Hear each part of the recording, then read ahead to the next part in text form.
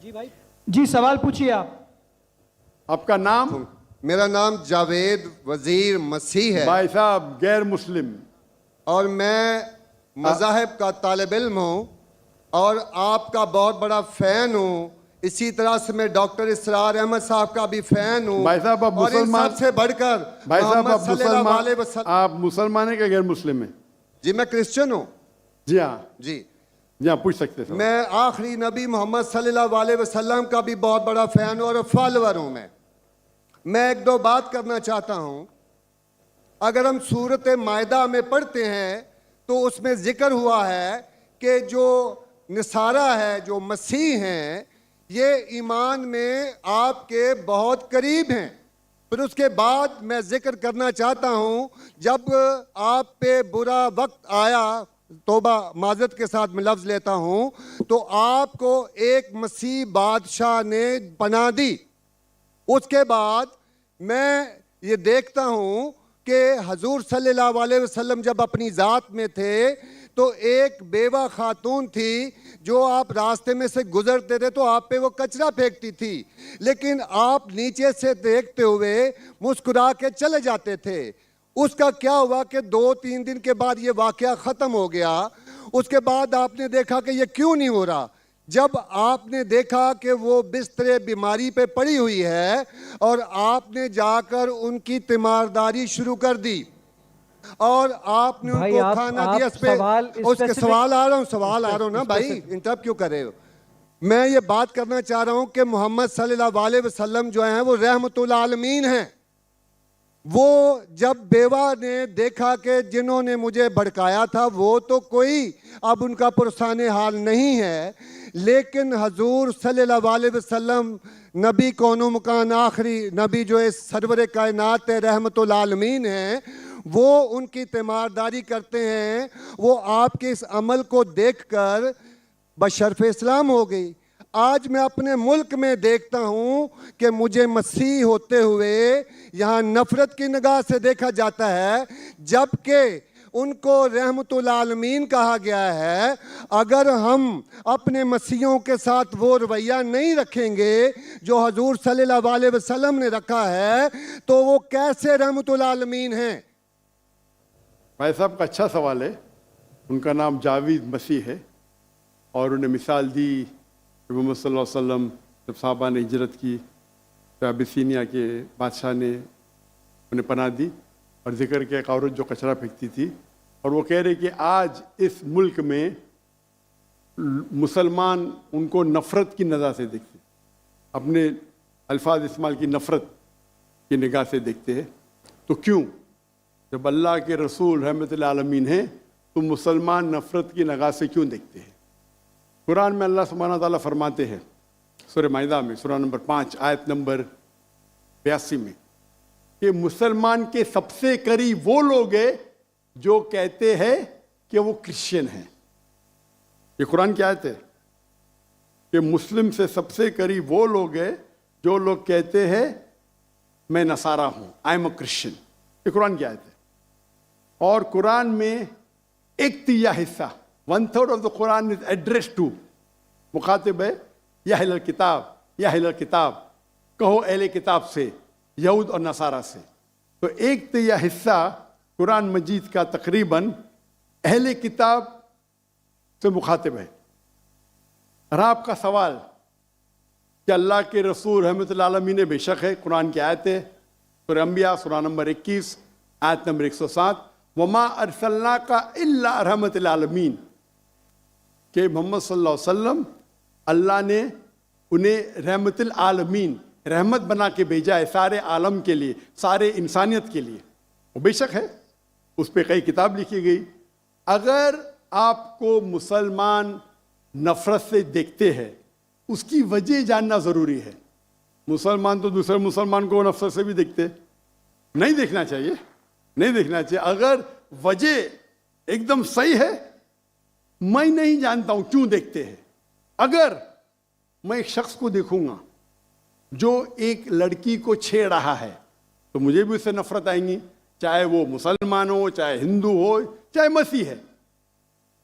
आप समझे ना? तो उस वक्त मुझे हिदायत दी गई है, अगर एक इंसान कोई खवातीन या कोई लड़की का बलात्कार कर रहा है या ज़िना बिल जब्र कर रहा है, तो रहमत क्या कहती है? अरे रहमतुल आलमीन, क्या बोलेंगे? सलाम अलैकुम बोलेंगे आप उसको? क्या कहेंगे? अगर आप बलात्कार देख रहे, ज़िना बिल जब्र हो रहा है, आप क्या कहेंगे? मैं मुसलमान हूँ, अस्सलाम वालेकुम। अल्लाह के रसूल की हदीस है, अगर कोई बुरा चीज देखते हैं तो हाथ से रोको, हाथ से नहीं रोक सकते तो जबान से रोको, जबान से नहीं रोक सकते तो दिल में कोसो। ये मिसाल दे रहा हूं मैं नहीं कहता हूं कि आप बुरे इंसान हैं, मैं नहीं कहता हूं कि आप गलत काम कह रहे, लेकिन अगर कोई मुसलमान, मैं आपको नफरत की नजर से देख रहा हूं, जावेद भाई मैं आपसे मोहब्बत करता हूं, जावेद भाई मैं आपसे मोहब्बत करता हूं, on the microphone please, on the microphone, I love you too. खलास। तो आप ये जनरल स्टेटमेंट देना कि मुसलमान मुझसे नफरत करते हैं, मेरे लिए गाली हो गई ना? नो सर, माजरत, मेरे अकेले साथ नहीं, मेरे तो बहुत अच्छे अच्छे दोस्त हैं, बल्कि बहुत से उलमा माशाअल्लाह, मेरे दोस्त हैं। माशाअल्लाह, माशाअल्लाह। इज्तमाई तौर पे कोई एक आदमी गलती करता है तो हमारे चर्चेस के ऊपर चढ़ाई हो जाती है, हमारे सामने हमारे ईमान की धज्जियां उड़ाई जारी होती हैं और हम खामोशी से एक गिद्दड़ की तरह खड़े होकर देख रहे होते हैं, क्योंकि हमें यह नहीं सिखाया गया है। मैं इज्तमाई बात कर रहा हूं। अभी पिछले दिनों ये पूरा मजमा जो है पूरा है। भाई साहब ये सवाल जवाब का सेशन है, तकरीर का सेशन नहीं है। तकरीर के सेशन के लिए आप एक हॉल हायर कर सकते हैं।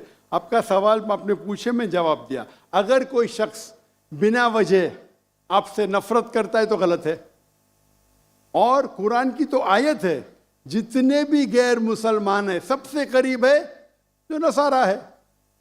अगर आप कुछ गलत काम किए और कोई नफरत करता है, वो भी कुरान की आयत है। कुरान की आयत है सूरा नंबर 41 आयत नंबर 34 सूरह फुसिलत चैप्टर 41 वर्स 34। अगर कोई आपके साथ बुरा बर्ताव करता है उसका बदला अच्छाई से दो। जावेद भाई मैं आपसे बात कर रहा हूं, अगर कोई आपसे बुरा बर्ताव करता है तो कुरान फरमाते, अल्लाह ताला फरमाते, उनसे अच्छा बर्ताव करो। आपको क्या पता कि आपका दुश्मन आपका दोस्त बन जाएगा। ये कुरान की आयत है, सूरह फुसिलत सूरा नंबर 41 आयत नंबर 64। तो अगर कोई मुसलमान कुरान पे अमल नहीं करता है तो वो नॉन प्रैक्टिसिंग मुस्लिम होगा। मतलब हर मुसलमान तो मैं नहीं कह सकता अच्छा है, और अगर कोई एक शख्स कोई गलती करता है, आप जैसा कहे कि पूरे कौम पे चढ़ाव करना बिल्कुल गलत है, ये इस्लाम में भी नहीं है। अगर कोई एक शख्स गलती करता है और वो सजा का हकदार है, उसको सजा मिलना चाहिए। उसका मतलब नहीं पूरी कौम। इनफैक्ट अगर आप हिस्ट्री पढ़ेंगे, आप तारीख पढ़ेंगे, आप तारीख में पढ़ो, चाहे वो 6वीं सदी की हो, 7वीं सदी की हो, 8वीं सदी की हो, आप देखेंगे सबसे महफूज अगर कोई जनरल दीन को फॉलो करने, वो इस्लाम के रूल में। इस्लाम अगर रूल कर रहा है उस शहर को, तो जितने गैर मुस्लिम थे वो अपने आप को महफूज समझते थे। क्यों? इस्लाम में है कि आपको इस्लाम कबूल करने का करो, नहीं करने का नो प्रॉब्लम, एक जजिया दो। ये जजिया कुछ बड़ी अमाउंट नहीं, आपके इनकम टैक्स से बहुत कम है। जजिया मतलब आप मानते हैं कि ठीक है आपको इस्लाम नहीं कबूल करने का, लेकिन मैं आपके अंदर पनाह चाहता हूं। तो जिजिया टैक्स आप देते, आप कबूल करते, और जब जिजिया टैक्स देते आपको प्रोटेक्शन मिलता है। इस्लाम में कहते हैं दिम्मी।